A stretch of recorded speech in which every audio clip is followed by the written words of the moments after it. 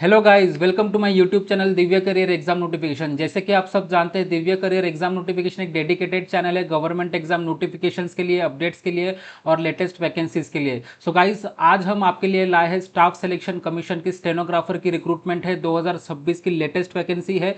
Group C and D की vacancies है और बम्पर वैकेंसीज आउट हुए। अराउंड 730 प्लस वैकेंसीज यहाँ आउट हुई है। सो गाइस, ऐसे ही लेटेस्ट अपडेट्स के लिए, नोटिफिकेशंस के लिए हमारे channel Divya career exam notifications को सब्सक्राइब करें, अपने फ्रेंड्स कलीग्स के साथ शेयर करिए और बेल आइकन दबाना ना भूलिए। सो गाइस, चलते हैं हम अपने वीडियो की तरफ, लेटेस्ट नोटिफिकेशन की तरफ, डिटेल नोटिफिकेशन की तरफ चलते हैं। सो गाइस, जैसे कि आप अपने स्क्रीन पे देख पा रहे हैं, ये एसएससी स्टाफ सिलेक्शन कमीशन की तरफ से लेटेस्ट नोटिफिकेशन आया है। उसका पीडीएफ नोटिफिकेशन आपके सामने है और इसका पीडीएफ नोटिफिकेशन की लिंक और एप्लीकेशन की लिंक, रजिस्ट्रेशन की लिंक हमने डिस्क्रिप्शन बॉक्स में आपके लिए दे रखी है। सो गाइस, आप हमारे डिस्क्रिप्शन बॉक्स से, इस वीडियो के डिस्क्रिप्शन बॉक्स से इस वीडियो को, नोटिफिकेशन को और रजिस्ट्रेशन लिंक को एक्सेस कर सकते हैं। सो गाइस, चलते हैं हम अपने नोटिफिकेशन की तरफ। सो गाइस, जैसे कि आप स्क्रीन पे देख पा रहे हैं, स्टाफ सिलेक्शन कमीशन की तरफ से ये नोटिफिकेशन आउट हुआ है। 24 अप्रैल 2026 को ये नोटिफिकेशन आउट हुआ है। Stenographer grade C and D की वैकेंसीज आउट हुई है। बहुत ही बम्पर वैकेंसीज है। अराउंड 730 प्लस वैकेंसीज यहाँ पे आउट हुई है। So guys, dates for submission of online application है 24 अप्रैल 2026 से लेके 15 मई 2026। 24 अप्रैल को registration link, online application link चालू हो चुका है और 15 मई 2026 तक इसका एप्लीकेशन लिंक एक्टिव रहेगा। Last date and time for receipt of online application 15 May 2026 around 23 hours, मतलब रात को 11 बजे तक आपका ये लिंक चालू रहेगा। Last date and time for making online fee payment is 16 मई 2026, यानी कि आपका रजिस्ट्रेशन लिंक 15 मई तक रहेगा और आपका ऑनलाइन पेमेंट का टाइमिंग 16 मई 2026 को रात को 11 बजे तक एक्टिव रहेगा। Date of window for application form correction and online payment of correction charges. अगर आपने कोई मिस्टेक करी है, आपको लगता है एप्लीकेशन भरते समय, तो उसको ऑनलाइन करेक्शन करने के लिए भी विंडो ओपन होने वाला है 20 मई 2026 से लेके 21 मई 2026, मतलब अराउंड आपको एक दिन का टाइम यहाँ पे दिया गया है करेक्शन करने के लिए, जो भी अगर आपने कोई मिस्टेक करी हो ऑनलाइन एप्लीकेशन भरते समय। Schedule of computer based examination जुलाई अगस्त के आसपास ये आपका online test, CBT test conduct किया जाएगा, कंप्यूटर बेस्ड एग्जामिनेशन कंडक्ट किया जाएगा। सो गाइस, और अगर आपको किसी भी तरीके का डाउट है आपके रिगार्डिंग एप्लीकेशन फॉर्म के रिगार्डिंग, ऑनलाइन रजिस्ट्रेशन के रिगार्डिंग, तो यहाँ पे टोल फ्री हेल्प नंबर भी दिया गया है 1800309306 सो गाइस, ये इंपॉर्टेंट डिटेल्स है, इसको जरूर से नोट डाउन करके रखिए। तो आगे बढ़ते हैं हम वैकेंसीज की तरफ। जैसे कि मैंने आपको बताया, बम्पर वैकेंसीज आउट हुई है। अराउंड 731 वैकेंसीज यहाँ पे आउट हुई है और कमीशन का कहना है कि यहाँ पे डिपार्टमेंट्स की ज़रूरत के हिसाब से वैकेंसीज ज़्यादा भी हो सकती है। सो गाइज, 731 वैकेंसीज तो यहाँ पे है ही है, और अगर कुछ ज़्यादा अवेलेबिलिटी, ज़्यादा ज़रूरत की पड़ सकती है डिपार्टमेंट्स को, तो यहाँ पे वैकेंसीज बढ़ने की भी आशंका है। सो गाइज, चलते हैं हम नेक्स्ट अपने डिटेल्स की तरफ। वैकेंसीज देख लिया। सो गाइस, यहाँ पे एक इंपॉर्टेंट नोट पॉइंट यहाँ पे हाईलाइट किया है कमीशन की तरफ से, जो कि है only male candidates are eligible for the vacancy if any reported in the post of stenographer grade D in the border roads organisation. Border road organisation की तरफ से कोई वैकेंसी यहाँ पे एलिजिबिलिटी आती है, तो वहाँ पे सिर्फ मेल कैंडिडेट्स एलिजिबल है फॉर्म भरने के लिए, क्योंकि आप जानते हैं बॉर्डर रोड ऑर्गेनाइजेशन एक अपने सेंसिटिव एरियाज में काम करता है, बॉर्डर एरियाज में काम करता है। तो उस एक रीज़न हो सकता है कि ओनली मेल कैंडिडेट्स यहाँ पे एलिजिबल रहेंगे वैकेंसीज के लिए। सो अगर आपका एलिजिबिलिटी क्राइटेरिया यहाँ पर नेशनलिटी, सिटीजनशिप पे भी डिपेंड करता है, जो कि एक बेसिक क्राइटेरिया होता है, फिर भी आपके लिए मैं एक बार रिवाइज कर देता हूँ यहाँ पे। A candidate must either be a citizen of India, a subject of Nepal, a subject of Bhutan और a person of Indian origin who has migrated from Pakistan, Myanmar, Sri Lanka, east African countries of Kenya, Uganda, United Republic of Tanzania, Zambia, Malawi, Zaire, Ethiopia and Vietnam with the intention of permanently settling in India. यहाँ पे जो भी आपके around जो भी certificate of eligibility है government of India की तरफ से दिया गया होगा, उन सबको आपको प्रोड्यूस करना रहेगा। सो गाइस नेशनलिटी और सिटीजनशिप का एक बेसिक क्राइटेरिया हमने यहाँ पे डिस्कस कर लिया। फिर मेन इंपॉर्टेंट आता है एज लिमिट का क्राइटेरिया, जो कि कट ऑफ डेट उसका डिसाइड किया गया है 1 अगस्त 2026, और एज रिलैक्सेशन भी यहाँ पे बताया गया है। सो गाइज आपका जो भी एज क्राइटेरिया यहाँ पे फिट होता है उसका कट ऑफ डेट रहेगा 1 अगस्त 2026। Crucial date for age recording is fixed as 1 August 2026। Stenographer grade C के लिए मिनिमम एज आपका 18 है और मैक्सिमम एज आपका 30 होना चाहिए एज ऑन 1 अगस्त 2026। और स्टेनोग्राफर ग्रेड डी के लिए आपका मिनिमम एज 18 होना चाहिए और मैक्सिमम एज 27 होना चाहिए एज ऑन 1 अगस्त 2026। और एज रिलैक्सेशंस के बारे में भी यहाँ पे डिस्कस किया गया है, जैसे कि SC ST कैटेगरी कैंडिडेट्स के लिए यहाँ पे 5 इयर्स का एज रिलैक्सेशन है, OBC नॉन क्रिमिनल कैंडिडेट्स के लिए 3 इयर्स का एज रिलैक्सेशन है, PWD कैंडिडेट्स के लिए अनरिजर्व EWS की कैटेगरी के लिए 10 इयर्स का एज रिलैक्सेशन है, PWD OBC कैंडिडेट्स के लिए 13 इयर्स का एज रिलैक्सेशन है, PWD SC ST कैंडिडेट्स के लिए 15 इयर्स का एज रिलैक्सेशन यहाँ पे है। और एक सर्विसमैन कैंडिडेट्स के लिए यहाँ पे 3 years after deduction of the military service rendered from actual age age on 1 अगस्त 2026, उनके लिए उस तरीके से एज रिलैक्सेशन दिया गया है। डिफेंस पर्सनल जो कि डिसेबल्ड है और अनरिजर्व कैटेगरी में आते हैं उनके लिए 3 इयर्स का एज रिलैक्सेशन है, और डिफेंस पर्सनल जो कि डिसेबल्ड है और SC ST कैटेगरी में आते हैं उनके लिए 8 इयर्स का एज रिलैक्सेशन है। और यहाँ पे permissible relaxation upper age limit for group C post only, जो कि सेंट्रल गवर्नमेंट सिविलियन एम्प्लॉयज है उनके लिए up to 40 years of age का फॉर्म भर सकने का एज रिलैक्सेशन है। Up to the age of 40 years वो फॉर्म भर सकते हैं, जो कि सेंट्रल गवर्नमेंट सिविलियन एम्प्लॉयज है और जिन्होंने 3 साल का रेगुलर सर्विस यहाँ पे रेंडर किया है, दिया है गवर्नमेंट ऑर्गेनाइजेशन के लिए। और यहाँ पे सेंट्रल गवर्नमेंट सिविलियन एम्प्लॉयज जो कि SC ST कैटेगरी से बिलोंग करते हैं उनको 45 इयर्स तक का फॉर्म भरने का एलिजिबिलिटी है। और विडोज और divorced women judicially separated and who are not remarried, जो वुमेन जिनका विडो जो कि जिनका डाइवोर्स हो चुका है, जिनका जो कि विडो है और जो जुडिशली सेपरेटेड है वो, और जिन्होंने रीमैरिज नहीं किया है उनके लिए up to 35 years of age का प्रावधान है यहाँ पे फॉर्म भरने के लिए एलिजिबिलिटी है। और widows divorced women judicially separated and who are not married जो कि SC ST कैटेगरी से बिलोंग करती है उनको अप टू द एज ऑफ 40 इयर्स फॉर्म भरने का एलिजिबिलिटी है। सो गाइज ये बहुत ही इंपॉर्टेंट एज रिलैक्सेशन के क्राइटेरिया यहाँ पे हमने डिस्कस किया है। तो आगे बढ़ते हैं अपने नेक्स्ट पॉइंट की तरफ। सो गाइज यहाँ पे जैसे हम डिस्कस करेंगे नेक्स्ट पॉइंट जो कि है essential educational qualifications. Essential educational qualification का कट ऑफ डेट है 1 अगस्त 2026। Candidates must have pass 12th standard और equivalent examination from a recognised board और यूनिवर्सिटी एज ऑन और before the cut off date that is 1 August 2026। So guys यहाँ पे आपको educational qualification से 12th standard complete करना है। 12वीं अगर आपने कंप्लीट कर लिया है, 12वीं कक्षा तक का आपकी पढ़ाई हो चुकी है, तो इस स्टेनोग्राफर ग्रेड सी और ग्रेड बी की एग्जाम जॉब के लिए आप एलिजिबल होते हैं और यहाँ पे आप एप्लीकेशन फॉर्म भर सकते हैं। बस आपका कट ऑफ डेट जो कि है 1 अगस्त 2026 से पहले आपका ये एजुकेशनल क्वालिफिकेशन कंप्लीट हो जाना चाहिए, जो कि बहुत ही एक मिनिमम क्राइटेरिया और बहुत ही अच्छी बम्पर वैकेंसीज यहाँ पे आउट हुई है। नेक्स्ट हम यहाँ पे देखेंगे कि आपको फॉर्म कैसे भरना है। Application must be submitted only in online mode, सिर्फ आपको ऑनलाइन मोड में यहाँ पे फॉर्म भरना है। और न्यू वेबसाइट SSC की जो यहाँ पे है https://ssc.gov.in, जिसका लिंक हमने ऑलरेडी डिटेल डिस्क्रिप्शन बॉक्स में दे रखा है, उस वहाँ से आप ये वेबसाइट एक्सेस कर सकते हैं और डायरेक्टली रजिस्ट्रेशन लिंक पे जा सकते हैं। और थ्रू माई और अगर लिंक से नहीं जाना है तो आप माई SSC मोबाइल एप्लीकेशन जो कि यहाँ पे स्टाफ सिलेक्शन कमीशन का मोबाइल एप्लीकेशन है, वहाँ से भी आप ये एप्लीकेशन फॉर्म रजिस्ट्रेशन भर सकते हैं। Last date of submission of online application is 15th May 2026। All the candidates who wish to apply in response to this notice and have not generated their one-time registration on the new website will be required to do so, as the earlier OTR generated on the old website will not be functional for the new website। यहाँ पे staff selection commission का कहना है कि आपको one time registration करना है नए वेबसाइट पे जो कि यहाँ पे दी गई है लिंक, और अगर आपने पुराने वेबसाइट पे वन टाइम रजिस्ट्रेशन किया हुआ है तो वो यहाँ पे वैलिड नहीं रहेगा। आपको कंपलसरी आपको नए वेबसाइट पे आपको वन टाइम रजिस्ट्रेशन कंप्लीट करना पड़ेगा, उसके बाद ही आप आगे एप्लीकेशन फॉर्म फिलअप कर सकते हो, जो कि एक मेन इंपॉर्टेंट पॉइंट यहाँ पे डिस्कस किया है गाइस। तो नेक्स्ट पॉइंट हम यहाँ पे देखेंगे एप्लीकेशन फीस का। आपका एप्लीकेशन फ़ी रहेगा 100 रुपीज़, मान 100 रुपीज़ ओनली।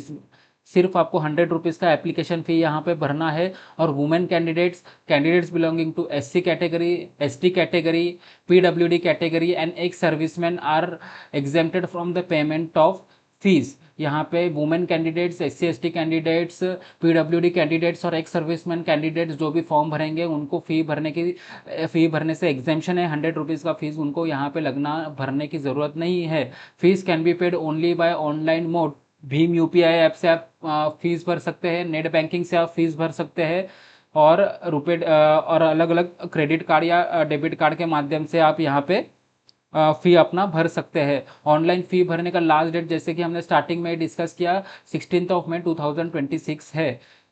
अगर आपका फॉर्म करेक्शन करना है, अगर आपने ऑनलाइन फॉर्म भरते समय कुछ आपको लग रहा है कि कुछ आपने गलत भरा है या गलती करी है, तो उसको करेक्शन का विंडो भी यहाँ पे दिया गया है एक दिन का, 20 मई 2026 से लेकर 20 मई 2026। ये बहुत ही इंपॉर्टेंट पॉइंट है गाइज, ये आपको यहाँ पे ध्यान रखना है।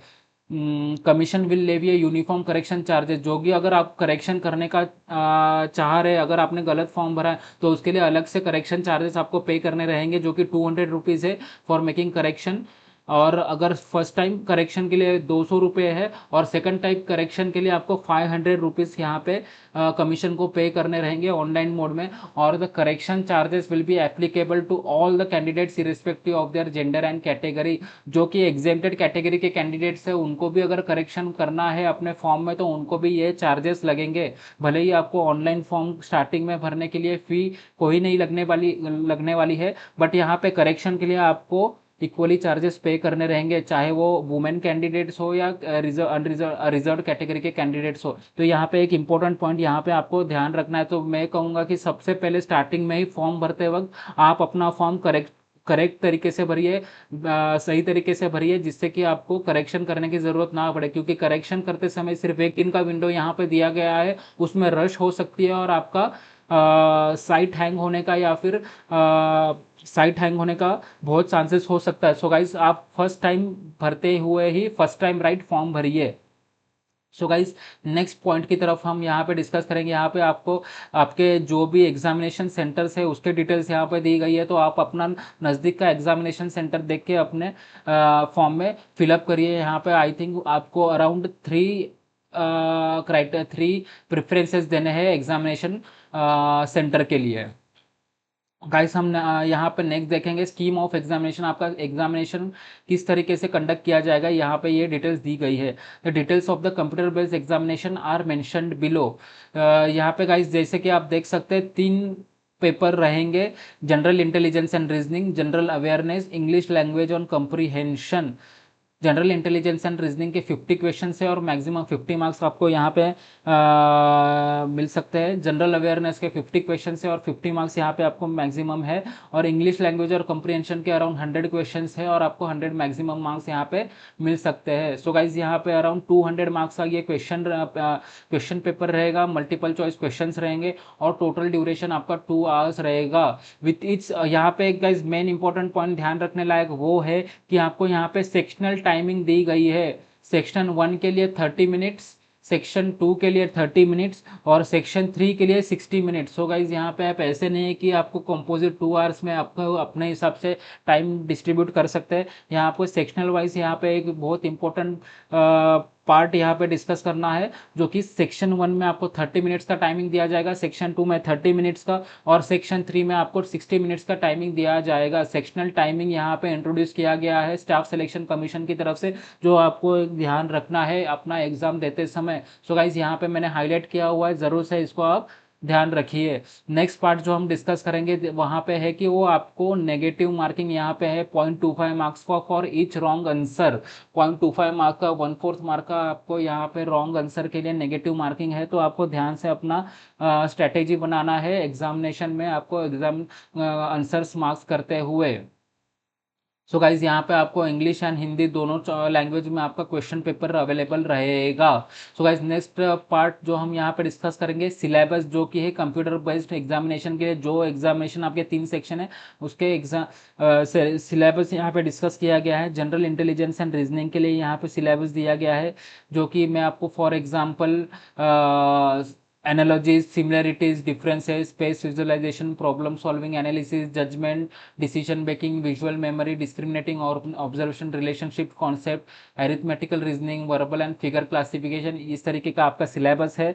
आप डिटेल में यहाँ पे नोटिफिकेशन में देख सकते हैं। जनरल अवेयरनेस में आपको geography, history, culture, sports, economics, इन ये सारे, general polity, Indian constitution, scientific research, ये सारे सब्जेक्ट्स पे आपको ध्यान देना है। और फिर गाइस आपको इंग्लिश लैंग्वेज एंड कंप्रीहेंशन में vocabulary, grammar, sentence structure, synonyms, antonyms, correct usage of the language, ये सारा आपको आपका सिलेबस में रहेगा। आपको यहाँ पे एग्जामिनेशन, कंप्यूटर बेस्ड एग्जामिनेशन देने के बाद आपको स्किल टेस्ट इन स्टेनोग्राफी देनी रहेगी, जो कि एक क्वालिफाइंग रहेगा। बट आपका जो भी आपका रिटर्न एग्जामिनेशन या कंप्यूटर बेस्ड एग्जामिनेशन का जो भी आपका क्वालिफिकेशन रहेगा, जो भी कैंडिडेट्स यहाँ पे क्वालिफाई होंगे उनको स्किल टेस्ट इन स्टेनोग्राफी रहेगी। The candidates who are shortlisted in computer based examination will be required to appear in the skill test for stenography. The candidates will be given one dictation for 10 minutes in Hindi और English. 10 minute का dictation रहेगा हिंदी और English में। 10 minute का आपको यहाँ पे 100 words पर मिनट का स्पीड मेंटेन करना है for the post of stenographer grade C, और 80 वर्ड्स पर मिनट का स्पीड मेंटेन करना है for the post of stenographer grade D.